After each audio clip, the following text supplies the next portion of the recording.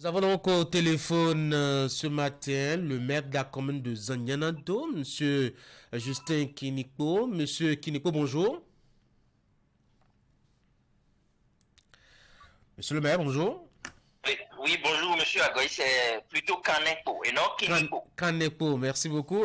Toutes nos excuses donc pour cette écorchure de votre nom, Justin Kanepo. Merci d'avoir décroché notre appel ce matin. Avec vous, on va évoquer trois sujets concernant la commune. On va commencer déjà par l'actualité la plus brûlante, ce qui s'est passé hier. Il y avait eu un drame précisément à Goli-Huebo, monsieur le maire.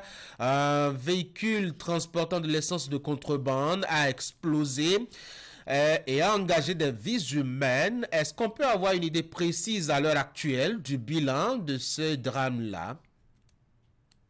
Merci beaucoup Monsieur le journaliste. À travers moi, toute la commune de Zanyanado, vous dire sincère merci de vous intéresser à notre commune. Je suis Justin Kanepo, comme je viens de vous le dire, Merci beaucoup, le la maire de la rectification. commune de Zanyanado. Oui. C'est vrai, hier, tôt le matin, nous avons subi un drame, et c'est ça que vous venez de dire, un véhicule Titan qui transporte de l'essence frulatée, des bidons d'essence frulatée, en direction de Kédou, c'est-à-dire du Nigeria, est arrivé au niveau de l'arrondissement d'Agonikobo, un peu juste avant le bureau d'arrondissement, a perdu le contrôle. Et quand il a perdu le contrôle, le conducteur du véhicule est sorti, il a fui avec ses deux apprentis. Donc le véhicule est allé mourir dans sa course au niveau de la maison du père, du géniteur du CA d'Agonikobo. Il y avait une dame qui était dans la cour, et donc quand le véhicule est tombé, la flamme a commencé aussitôt. La dame qui était dans la cour a dû prendre la fuite, mais malheureusement, la maman du chef d'arrondissement était dans sa chambre en train de s'apprêter pour aller au marché de Pédépo. Et quand elle a constaté qu'il y a du bruit dans la cour, elle a voulu sortir, mais c'est là, elle a constaté que toute la maison est déjà en flammes. Elle a quand même eu le courage de traverser la flamme, mais en traversant, elle est tombée, évanouie, et la population quand même est allée à sa rescousse. Et les sapeurs-pompiers alertés sont venus aussitôt. La police républicaine est venue. Et donc, voilà la situation. Et la dame a subi une brûlure au 3e degré, nous a-t-on dit, quand on l'a amenée à l'hôpital Bermotin de Zanyanando. Par la suite, elle a été envoyée sur l'hôpital de Centre national hospitalier universitaire de Cotonou, au CNHU. Actuellement, elle est aux soins intensifs. Je viens de les joindre et l'espoir est permis. Donc, il n'y a pas d'autres blessés. Nous avons la maman du CA qui est blessée, mais les dégâts matériels sont colossaux. La maison n'existe plus. Le véhicule qui a transporté le carburant est allé en fondre aussi. Et c'est vraiment un drame.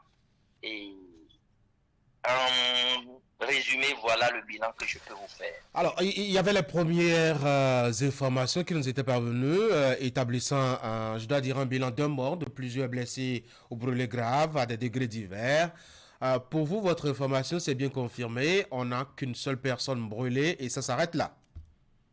C'est bien ça. Je crois que l'information est souvent tronquée. Les gens, quand ils apprennent qu'il y a un événement quelque part, ils ne descendent pas sur le terrain, ils disent ce qu'ils veulent. Je crois que vous qui êtes allés à la source de l'information, vous êtes en train d'avoir la bonne information et la juste. Il y a un brûlé, en l'occurrence la mère de mon élu. Et à part lui, il n'y a pas d'autres blessés. C'est vrai qu'il y a moins de 2 semaines, nous avons connu un cas similaire d'accident dans lequel nous avons eu des brûlés à hauteur de 5 et que nous avons suivis aussi jusqu'au CNHU qui, malheureusement, nous ont tous quittés. Ces brûlés nous ont quittés. Il ne faut pas confondre l'accident d'il y a 2 semaines à celui d'hier. C'est le même format presque parce que c'est un véhicule gros porteur aussi qui a dévié au niveau de l'école primaire publique, toujours dans les Kwebo, qui a, dans sa course, il a emporté 2 tricycles et une moto. Et dans ça, là, il y a eu 5 brûlés que nous avons envoyés à l'hôpital suivis, qui malheureusement nous ont quittés. C'est ça.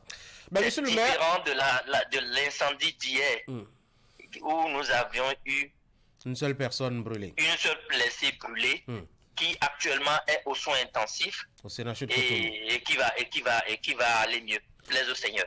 Monsieur le maire, qu'est-ce qui se passe à Gonlikwebo avec l'essence de contrebande et précisément avec ces incendies?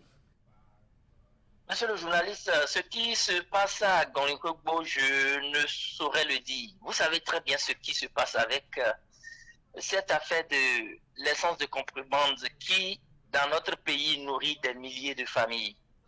Et le président Patrice Talon, avec son gouvernement, ont déjà vu juste et ont anticipé. Ils ont anticipé en cherchant déjà la solution qui va durer dans le temps. Laquelle solution est celle qui veut que ces gens-là, les pratiquants de cette activité soient quand même mis ensemble et on va leur offrir des mini-stations juste pour leur sécurité. Mais le projet n'avance pas, monsieur le maire. Les bons projets n'avancent pas comme nous, les profanes, nous souhaitons. Les bons projets sont, sous le président Patrice Talon, sont réfléchis. Et quand on est en train de réfléchir pour bien faire, ça prend un peu du temps. Talon Patrice, le président de la République, ne fait pas comme les autres. Et quand il fait, à la fin, on l'applaudit et c'est bien. Je pense que le président qu'il faut pour ce pays, c'est le président Patrice Talon qui réfléchit bien, qui fait bien ce qu'il doit faire et autant qui correspond à ce qu'il veut faire, qui veut être fait. Je pense, vous venez de dire que le projet n'avance pas, mais je pense que ça avance très bien. Vous n'êtes pas dans le secret de ceux qui sont en train de faire le projet. Et donc, d'ici à là, vous allez voir. On est journaliste, monsieur le maire, et on vit au Bénin. On a les informations aussi, comme vous d'ailleurs, monsieur le maire. Alors, on va continuer avec une autre actualité de votre commune. Il s'agit notamment de ce qui se passe au niveau donc, de la mairie. Quelques indiscrétions qui nous sont parvenues. Vous allez nous dire si c'est vrai ou si c'est faux. Quelques indiscrétions qui nous confient que la commune a beaucoup de difficultés actuellement à se doter de son budget pour l'exercice 2025. Monsieur le maire, qu'est-ce qui se passe? Monsieur le journaliste, merci beaucoup. Vos indiscrétions m'étonnent. Votre source, apparemment, vous travaillez à la mairie de Zanyarando, on dirait. C'est vrai, la commune de Zanyarando, la mairie de Zanyarando, jusqu'à l'heure où je vous parle, n'a pas son budget. Et à travers cela, je ne vais pas trop parler parce que la loi nous dit, la loi nous montre la voie à suivre et le président Patrice Talon je vous dis, c'est un génie. C'est un génie qui réfléchit et qui prévoit les choses qu'il faut pour l'avenir, pour nos enfants, nos petits-enfants. C'est en cela qu'il a mis en place une réforme de gestion des communes, une très belle réforme. On ne peut pas avoir du développement au niveau des communes sans passer par ces réformes.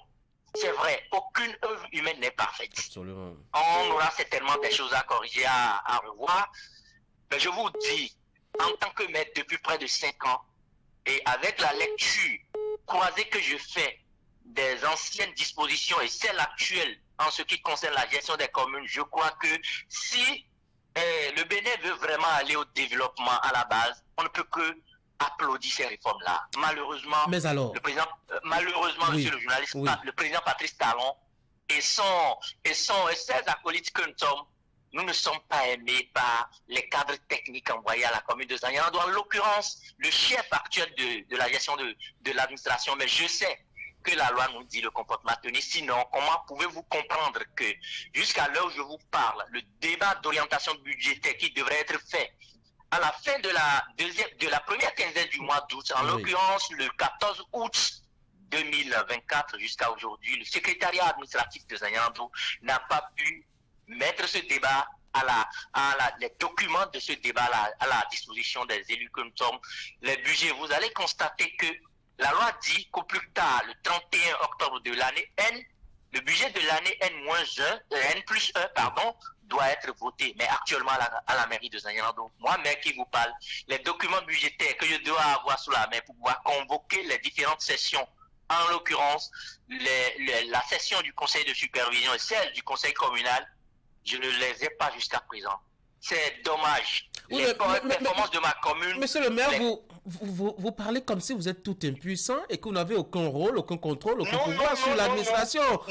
Non, monsieur le journaliste, c'est ça je vous dis. Je vous dis que la loi donne la puissance. La loi nous donne la puissance, mais vous n'êtes pas si puissant et que vous faites ce que vous voulez parce que la loi vous donne cette puissance-là. La sagesse humaine voudrait que nous soyons humbles. La sagesse humaine voudrait que quelqu'un qui est à la tête d'une société, d'une communauté, quelqu'un qui est le chef quelque part, lorsqu'il y a des difficultés, qui cherche les moyens par lesquels il va solutionner ces difficultés. Nous avons essayé tout ce que nous voulons. Le préfet a donné toutes les directives qu'il faut. La cellule a fait ce qu'elle a pu, mais malheureusement, nous avons quelqu'un qui ne veut pas que les actions du président de la République dans la commune de Zanyando soient concrètes. Sinon, comment comprendre? Comment vous pouvez comprendre alors qu'en 2020, ceux qui travaillaient à la mairie ne sont pas des techniques, ne sont pas aussi allés à l'école comme ceux que nous avons actuellement? Monsieur le journaliste, moi qui vous parle, je ne suis pas un produit de la décentralisation. Mais en 2020, nous avons mis la barre très haut en ce qui concerne la mobilisation de nos ressources propres. En 2021, on l'a fait encore. Mais malheureusement, en 2022, où nous avons reçu des gens capables de nous dire, techniquement, il faut aller dans ce tel sens, au lieu d'aller dans tel autre. C'est à partir de cet instant-là que nous avons connu que les ressources que nous avons sont devenues du n'importe quoi. On va peut-être... Vous ne pouvez rien faire sans avoir de l'argent. Mais l'argent propre de la mairie de Zanyando a connu comment je vais dire, pas un accroissement, mais une diminution drastique. Les investissements, l'année 2023, Zanyando n'a pas pu consommer l'argent qu'il a sur son que la commune a sur son compte. Nous n'avons connu qu'un pourcentage de 0,07%. On n'a rien fabriqué. Et là, je vous dis, quelqu'un qui ne veut pas que nous qui applaudissons, nous qui suivons le président de la République, nous qui voulons que celui qui est en haut et qui nous donne les directives à suivre par les lois, quelqu'un qui ne veut pas que nous allions dans cette direction, qui bloque tout. Il y a un homme plus puissant. Comportement à suivre, monsieur le journaliste. On n'est pas impuissant. Il y a un homme plus puissant que tout le monde apparemment à la mairie de Zanyando et même plus puissant que le préfet apparemment. En tout cas, on va chercher à savoir ce qui se passe dans le fond. Ça, c'est votre version. On verra bien avec d'autres acteurs au niveau donc de la mairie ce qui se passe concrètement pour qu'on en soit justement à cette étape-là. Monsieur le maire, rapidement, il y a 30 secondes. On sait que Zanyando est souvent le théâtre aussi d'autres phénomènes, notamment cycliques. Je veux parler de la transhumance des bêtes sauvages, notamment avec les éleveurs. Cette année, ça a été relativement calme. Est-ce qu'il y a eu des actions particulières qui peuvent expliquer, je dois dire, cet état de choses? Et là, vraiment en 30 secondes. Merci beaucoup, monsieur. Comme vous venez de le dire, ce que la nature a mis à la disposition de Zanyando, qui devrait être une opportunité, est souvent source de difficultés pour nous. L'eau que nous avons en permanence est convoitée par ces animaux-là. Et c'est ça, je vous dis, ce que nous avons, c'est les lois, c'est les réflexions poussées du président de la République et de son gouvernement qui a mis en place actuellement une nouvelle stratégie Le président et son gouvernement, ils ont mis en place actuellement une nouvelle stratégie de gestion de cette affaire-là. C'est pourquoi nous avons une accalmie relative, comme vous venez de le dire. Et nous sommes dans la gestion, mais nous avons aussi mis en place des stratégies qui nous permettent de ne pas être corrompus, qui nous permettent de ne pas voir les élus de la base en haut jusqu'en haut, ne pas être corrompu. C'est vrai que les difficultés de la commune continuent, existent en la matière, parce que nous sommes une commune purement agricole. Oui. Et nous sommes en train de connaître actuellement la décrue. Et c'est actuellement, c'est en ce moment-là que les populations ont commencé par faire leur semis. Et après, c'est les animaux qui vont commencer par arriver. Mais on nous a donné désormais une bonne stratégie. Et si chacun de nous, là où il se trouve, il fait bien son travail, je crois que on va pouvoir souffler. Et nous profitons pour dire sincère merci au gouvernement que nous accompagnons.